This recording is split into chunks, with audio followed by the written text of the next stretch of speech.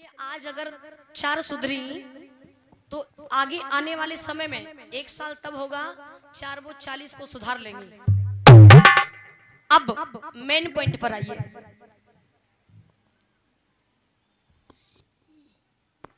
करवा चौथ।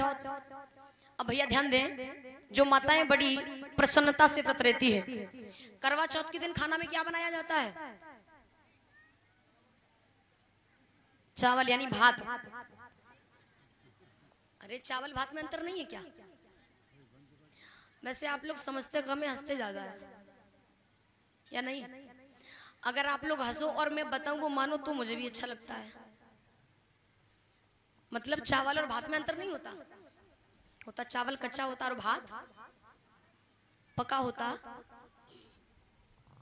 जी, खाना में बनता है बेसन और भात और पूड़ी। और क्यों करवा चौथ का व्रत आप लोग रहती, पर जवाब ये लोग दे रहे हैं। अच्छा, खाते तो यही लोग हैं। अच्छा, मतलब बेसन भात पूड़ी, कुछ मिठाई भी होती है ना। और माताएं करवा चौथ के दिन साड़ी नई पहनती है या नहीं? श्रृंगार नया करती है, चूड़ियां नहीं पहनती है। यहां तक कि मैंने देखा है पैर के बिछिया भी नहीं दबाती है। मैंने खुद देखा आंखों से। कुछ लोग दबाती है नहीं दबाती है। करवा चौथ का व्रत कोई व्रत नहीं होता। व्रत अभी हम बताएंगे कि व्रत क्या होता है। करवा चौथ जिसे हम कहते हैं, लंका का राजा कौन था? रावण। रावण को क्या कहा जाता?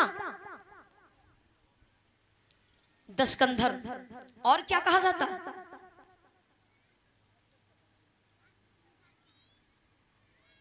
रावण को ब्राह्मण भी कहा जाता। ब्राह्मण कहा जाता क्यों? क्योंकि रावण हम आपका ही समाज का था, कोई और नहीं था। ब्राह्मण क्यों कहा गया? क्योंकि उस समय रावण से बड़ा कोई विद्वान नहीं था, जिसे वेद पुराण शास्त्र सारे इतिहासों की जानकारी होती है, यानी कि जिसे सारे ब्रह्मांड की जानकारी होती है, उसे हम ब्राह्मण कहते हैं। रावण का वध किसने किया? राम ने। लेकिन लोगों ने क्या कहते हैं? भगवान, उनकी पूजा करते हैं। जिस समय राम ने रावण का वध किया और यहां तक कि उनकी पत्नी मंदोदरी को, हमारी समाज की महिलाओं को यह गुमराह कर दिया कि आप अपने पति के लिए दीर्घ आयु की कामना करो। आप अपने पति के लिए दीर्घायु की कामना करो। अरे जिसका पति मर चुका हो वो अपने पति को जिंदा भी नहीं कर सकती है, उसकी उम्र क्या बढ़ा सकती है? माताएं अभी ध्यान नहीं दे रही हैं।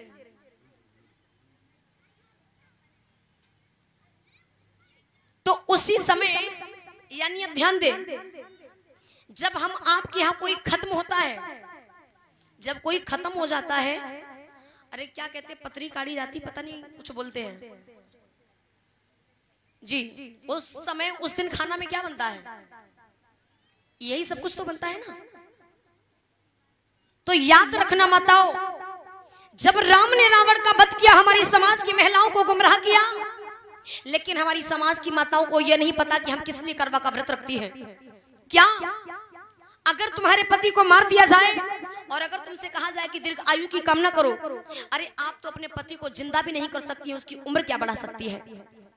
तो मैं निवेदन करना चाहूंगी माताओं, जो लोग हमारे महापुरुषों को, हमारे पुरखों को राक्षस समझते थे, जो मनुवादी थे, जो ब्राह्मणवादी थे, यानी कि जिन लोगों ने हम लोगों को गुलाम बना के रखा था, उन लोगों का ये मानना था कि हमारे ही लोगों का मरण, और हम लोगों से ही कहा जाए कि खुशियां मनाइए। क्या हमारे घर में कोई खत्म हो जाता है, क्या हम लोग खुशी मनाते हैं?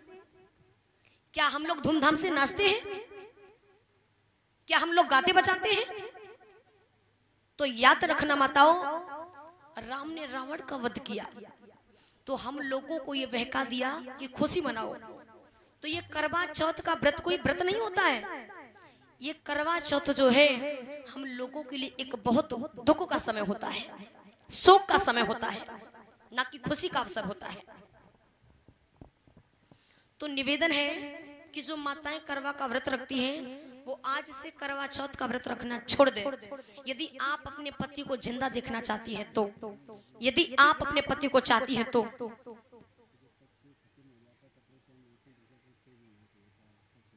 और साथ ही साथ अरे एक छोटी सी बात, आप जो साड़ी नहीं पहनती हैं, बिछिया नहीं दबाती हैं, श्रृंगार नया करती है, एक माँ का जब पति खत्म हो जाता है तभी तो उस माँ के साथ ये किया जाता है, तभी तो होता ना। आप विधवा तो नहीं हो, आपका पति मरा तो नहीं है, अरे आपका पति आपके सामने है। तो ये सब उस माँ के साथ किया गया था जिस माँ का पति इस दुनिया से चला गया था। तो मैं समझती हूँ कि आप अपने पति को जिंदा देखना चाहती हैं, यदि आप अपने पति का मान सम्मान बढ़ाना चाहती हैं तो निवेदन है माताओं, एक बार नहीं मैं बार बार हाथ जोड़ लूंगी कि आज से आप करवा चौथ का व्रत न रखें। तो माताओं अब तो नहीं रखेंगी ईमानदारी से। और यहाँ बड़ी सोचने और समझने की बात है, जिसे अपने घर वालों से डर हो और अगर वक्त आ जाए मुझसे मिलने और मिलाने का तो हम उनसे भी बात कर लेंगे। ऐसी कितनी माताएं हैं जो आज से करवा चौथ का व्रत नहीं रखेंगी, अपने पति को अपने सामने जिंदा देखना चाहती हैं। जरा हाथ उठाइए ईमानदारी से। काफी सुधार है, नहीं नहीं काफी सुधार होगा, क्योंकि जानते नहीं थे ना, जब जागे तब सवेरा। अब व्रत की बात आ जाए, व्रत की, यदि आप अपने पति की उम्र बढ़ाना चाहती हैं तो पति अगर किसी बात को कहता है कि ऐसा कार्य मत करिए तो मत करिए। अगर पति कहता है कि ये चीज मत खाइए तो मत खाइए। अगर पति कहता है कि फलानी बहन घर मत जाइए तो मत जाइए। पर आजकल क्या भैया, अगर भैया ने कहा कि फलानी जीजी घर मत जाना तो जी पता क्या करती है, चौका सवेरे बाद में लगाए पर फलानी जीजी घर है तो घर में झगड़ा तो होगा ही। तो मेरा मानना यह है, अगर आप परिवार के लोगों की बात को मान के चलेंगे तो आपके पति की ही नहीं बल्कि आपके पूरे परिवार की उम्र बढ़ेगी। क्योंकि जिस घर में, जिस परिवार में कभी झगड़ा नहीं होता, कभी कलेश नहीं होता, उस घर के लोगों की वैसे ही आयु बढ़ जाती है। और जिस घर में हमेशा कलह कलेश रहता है उस घर के लोगों की कभी दीर्घायु नहीं हो सकती है। बोलिए भगवान बुद्ध की।